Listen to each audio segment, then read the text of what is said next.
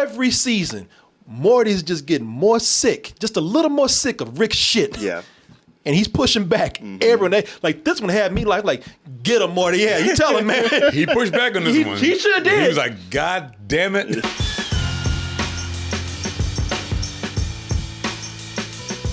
Hey everyone, support our Patreon, which helps us to continue bringing you our live streams, videos, and podcasts while bringing you new content such as exclusive live streams and animated shorts. Yeah, people, this came to us pretty quickly. Got a little bit of a gift, a little treat right here. We didn't know this was going to happen. You know, I don't know. I'm a Rick and Morty fan. Sure. I like it. And you watch it sometimes. I am now. We talked about it earlier. Yeah. Now, we were privileged enough to get the first episode of the next season of Rick and Morty, which you can see a lot of right here. Rick and Morty, you are under arrest and surrounded by an anti-portal shimmer. It's showtime. When do you? I haven't been to a full week of school in years. I don't know Yeah, I love that part. That had me laughing out loud at home when he said that shit. I don't know. I'm gonna tell you something. Morty is slowly taking this over, man. Yeah. Shit, it's gonna be Morty and Rick in a little while. A strange, horny ocean man is on my lawn. Most people would call that family. Martin saw that. I'm wondering, looking at this part right here. He took that big ass chicken right there, he fried him. I'm like, I wonder if Martin said damn because that made Martin hungry. Honestly, both. Shit, Martin, like, man, we gotta have him finish. I gotta go to Popeyes. Fried that deep fried that Today's Tuesday. I went to Popeyes earlier today. Oh, excuse me. Well, you might have to go again, man. I was gonna say it's Tuesday. You already went. Shit. This is out there even for us. They can hear you, Morty. Only on Adult Swim. Martin was singing that earlier. I heard you. So people are like, all right, cool. I'm a big Rick and Morty fan. How is it? It's up. What do you think? It's Rick and Morty. It's completely up. I'm gonna tell you something. I dread sometimes watching Rick and Morty. Really? Yeah, because I know that in it there's gonna be like a lot of gruesome death. They're gonna leave people's lives completely up. Yeah. They're gonna ruin people's lives. Yeah, and it's more PTSD for Morty. It really is. I'm getting PTSD watching this. And the thing about it is, man, everybody's kind of just little by little, everybody's just inching forward, making progress in their lives, except Morty and Rick. Yeah. But man, you're thinking that's a bad review right there because I'm talking about how messed up this is, and I dread watching each episode. Nah, man, that's the thing.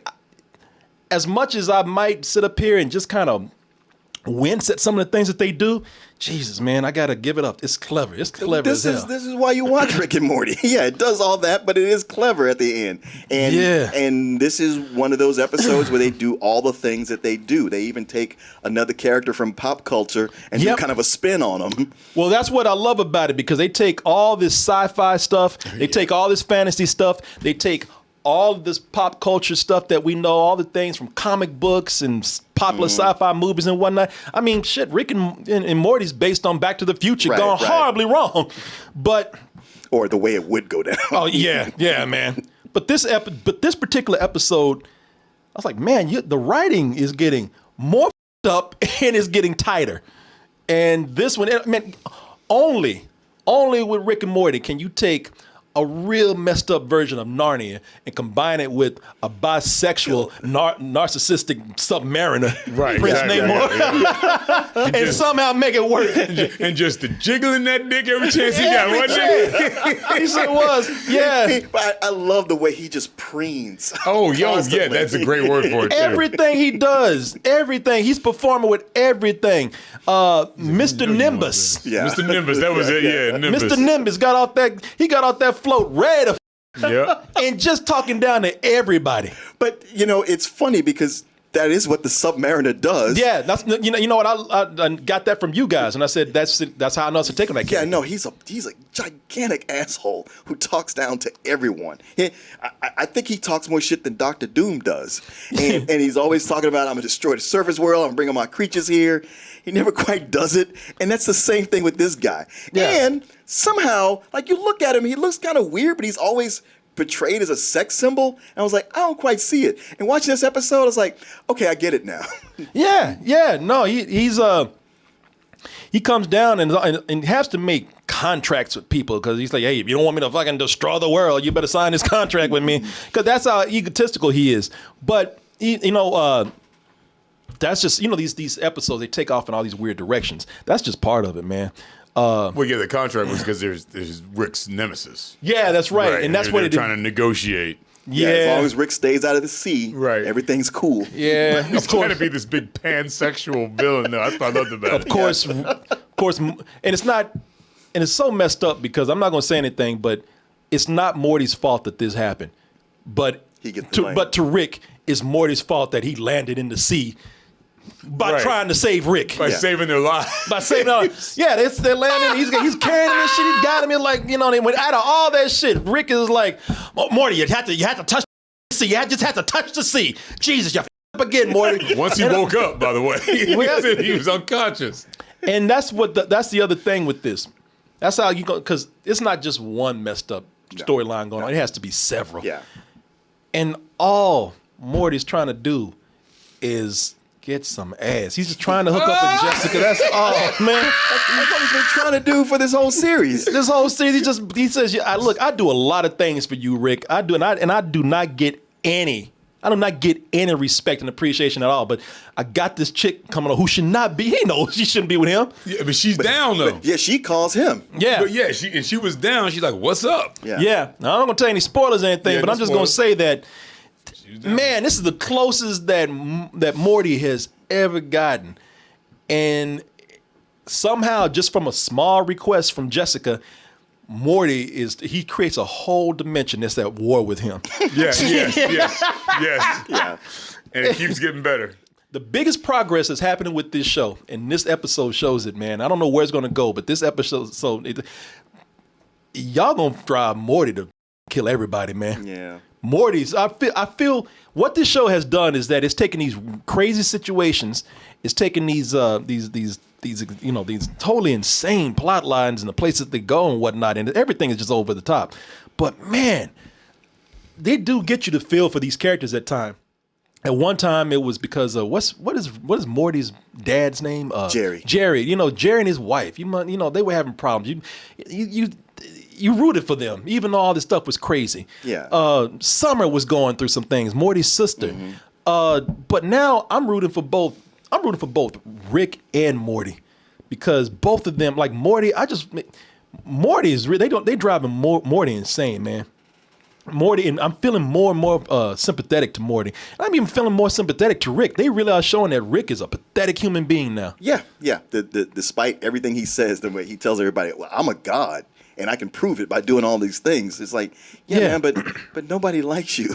No, but that and shit for good reason. But that shit with that Narnia world that Morty created war with by no fault of his own, that had me laughing so bad. You know what? It makes you laugh because of how far they take it. Yeah, they take it far. They do. They develop it all the way. Yeah, you think it's done, and they keep it going. But that's the cleverness of the show. I wish I could tell y'all what they do with that. Yeah, that's the best part. Don't do that. But but the writing in this on what they do, they really do take like real science fiction elements. That's the thing. This, even if it wasn't crazy like this, it wasn't a comedy. These science fiction elements, these stories would be like, man, that's a really cool concept right there. That's what makes the show good. Is that that's solid. Yeah, you took the comedy out, it would work as a story. Right, because they go straight H.G. Wells with this shit. Yeah, they do. That is great there. They do, man. Because I was just like, holy shit, hold on now, because and then the subterfuge when he does other stuff. I don't want like I said, I'm not gonna ruin it, but it's just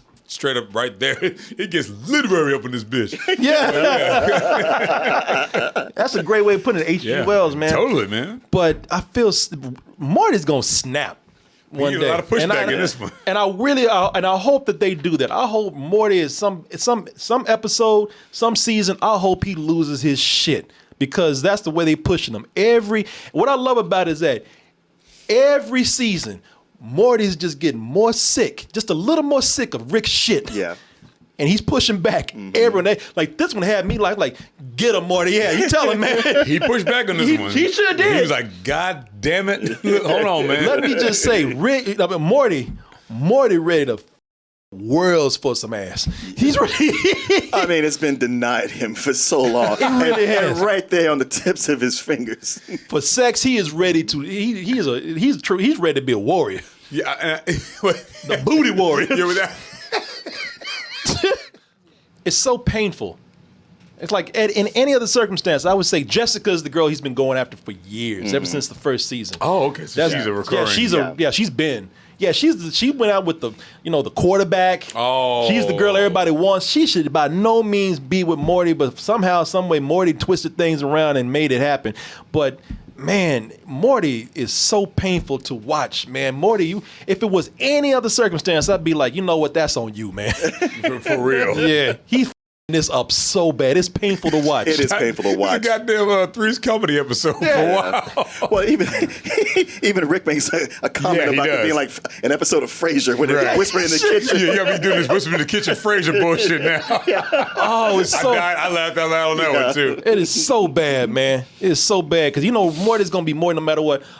Thanks for coming over, Jessica. What can I get you? You want to watch some TV? You want something to eat? You want some drink? Just let me know. And I like that character Jessica because she's being cool. She is. She's like, you know what? I know it's awkward, but I like you. I'm just gonna let you get it out. You relax after a while. And any other writing for a character like that, she'd be a complete bitch. Right. Sure. You look at it and you think, all right, it's just another Adult Swim show where they just do gross out humor and go crazy and just do mean humor. And I will say that's one of my complaints about the show. It's not really a complaint because that's the whole point. It's just, it's not a complaint that they should change the writing. It's just that, man, this show can be so mean-spirited and and there's so many things where these people are so messed up and things are going wrong that it's just sometimes just hard to watch. The few episodes I've seen, it doesn't feel as mean-spirited as like the later Family Guy episodes. No, they're just trying to get a shock value out of you. And have you watched? You know what? Did you watch this regularly? Which Rick and Morty. I have started to. I remember the last few months I've been watching on YouTube. If you watch it consistently, Dan Harmon, who created the show, he just had it's just him. He has a very just kind of cynical and mean-spirited sense of humor. And because I watched this other show. Which one? The one with the aliens that came down. Oh, Solar Opposites. Solar Opposites. Yeah, that one. That one's more that way.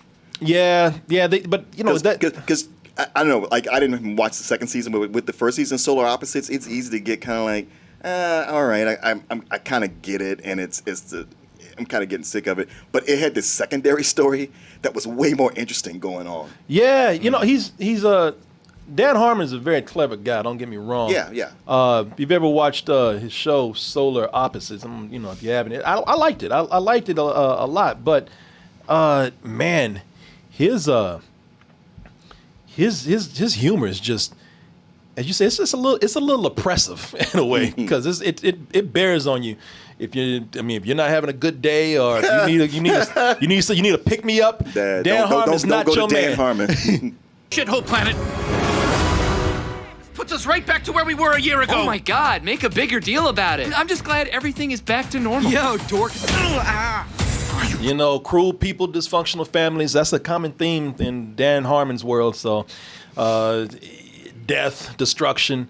It's a little hard to take, man, if you're watching them one after another. You know what I mean? I think you're right. But I got to give it up, man.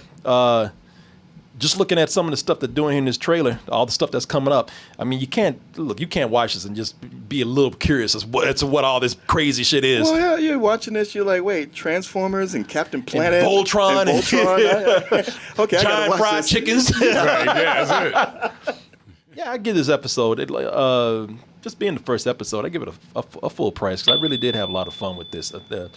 When you watch it, that Narnia stuff, like we've given you a lot here, but we haven't told you anything about the Narnia subplot, and that is extremely deep and well written. Details, they're intricate. Yeah, they're just so detailed oriented, and its intricacy in storytelling, man, it's like wow, I was blown away by that. Plus, if you've watched enough Rick and Morty, you know that you would recognize that all we've given you is broad strokes and how much goes into each episode, like the little things that you hear and you laugh at after it's passed because your brain is just now caught up to it. It's a full price episode because a lot of times it's almost like people wait for the first episode of the new season so they can go like, man, they've lost it. And you watch it like, nah, they haven't lost shit. Nah.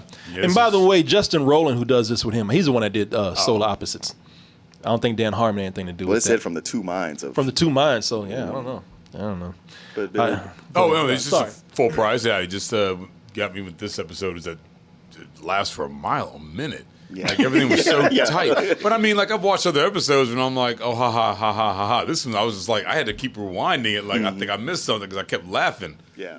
And then, like I said, like you said, broad strokes, but just the whole thing they do with that other dimension is just, and then they even do a subterfuge when you get into it to really fuck with you. Yeah, So yeah. you think you know what's going on, you don't know what's going on. You're like, oh my god, okay, all right, now we're here now. And how much time is left? Okay, they're gonna do it again, I guess. Yeah. So anyway, yeah, I definitely a full price. I can't wait. Martin, what'd you think?